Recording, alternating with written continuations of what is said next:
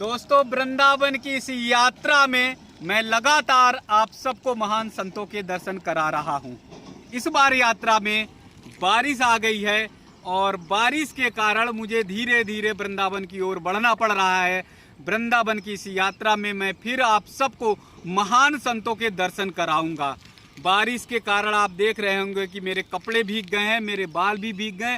थोड़ी सी बारिश अभी थमी है तो फिर मैंने यात्रा शुरू की और वृंदावन की ओर बढ़ रहा हूँ। मेरी कोशिश है कि मैं आप सबको महान त्यागी संतों के दर्शन कराऊं और अधिक से अधिक संतों का आशीर्वाद आप सब तक पहुंचाने की कोशिश करूं।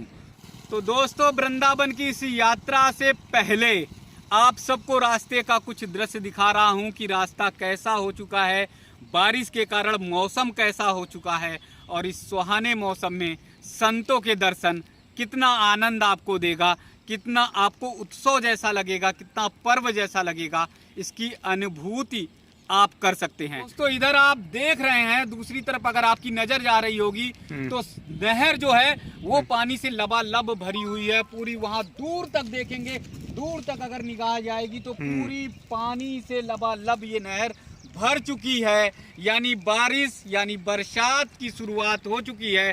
बरसात की शुरुआत में संतों का आनंद, संतों का दर्शन आप सबको कराने की कोशिश करूंगा।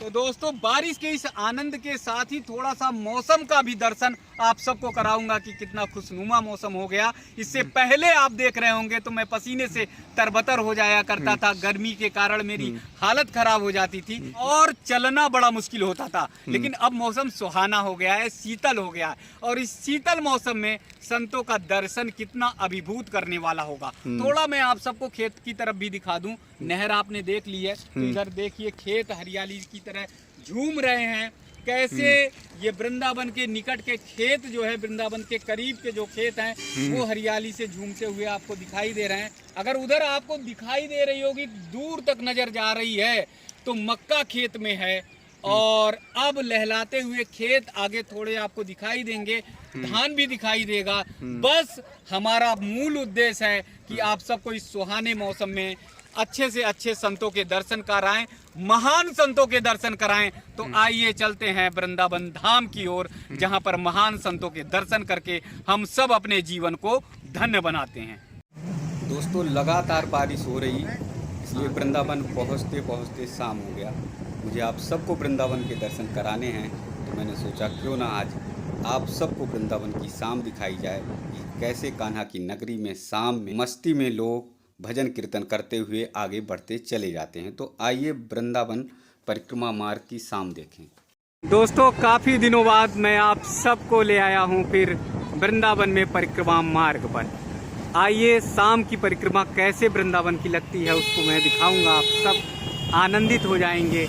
परिक्रमा मार्ग पर हल्की हल्की ठंडी ठंडी बयार बह रही है, हल्की हल्की ठंडी ठंडी हवा बह रही है। बारिश अभी कुछ देर पहले हुई है और इस बारिश से मौसम बहुत तरोताज़ा हो गया है और इस मौसम तरोताज़ा होने के साथ ही वृंदावन के परिक्रमा मार्ग पर परिक्रमा का आनंद ही कुछ और होता है। आप सब देख रहे होंगे कि श्रद्धालु जन, संत जन परिक्रमा लगा रहे हैं और परिक्रमा मार्ग से राधे कृष्ण करते हुए वो आगे बढ़ रहे हैं। वृंदावन की शाम मानो ऐसे लगता है कि जैसे ठाकुर जी का आनंद और आशीर्वाद बरस रहा है। वृंदावन में हर तरफ आप सबको गूंज सुनाई देगी, ठाकुर जी की हर तरफ आप सबको गूंज सुनाई देगी, राधा रानी की आप सबको आनंदित कर देगा। वृंदावन का ये भाव, वृंदावन का ये प्रेम, वृंदावन का ये रस। ये वृंदावन वही दोस्तों जहाँ कन्हैया ने पाँव रखे, अपने चरण रखे और ये वृंदावन की पुण्य भूमि हम सब के लिए अमृत के समान हो गई, हम सब के लिए ये आशीर्वाद के समान हो गई और वृंदावन आनंद की बारिश में डूब गया। वृंदावन जहाँ कन्हैया की तमाम लीलाएं हैं, जहाँ कन्हैया का महारास है, जहाँ कान्हा का आनंद का वो रास है, जहाँ ग्वाल बाल गोपिकाएं आनंद के भाव के साथ यहाँ पर रास रचाया करती थी और ग्वाल बाल आनंद के साथ कन्हैया के साथ खेलते थे।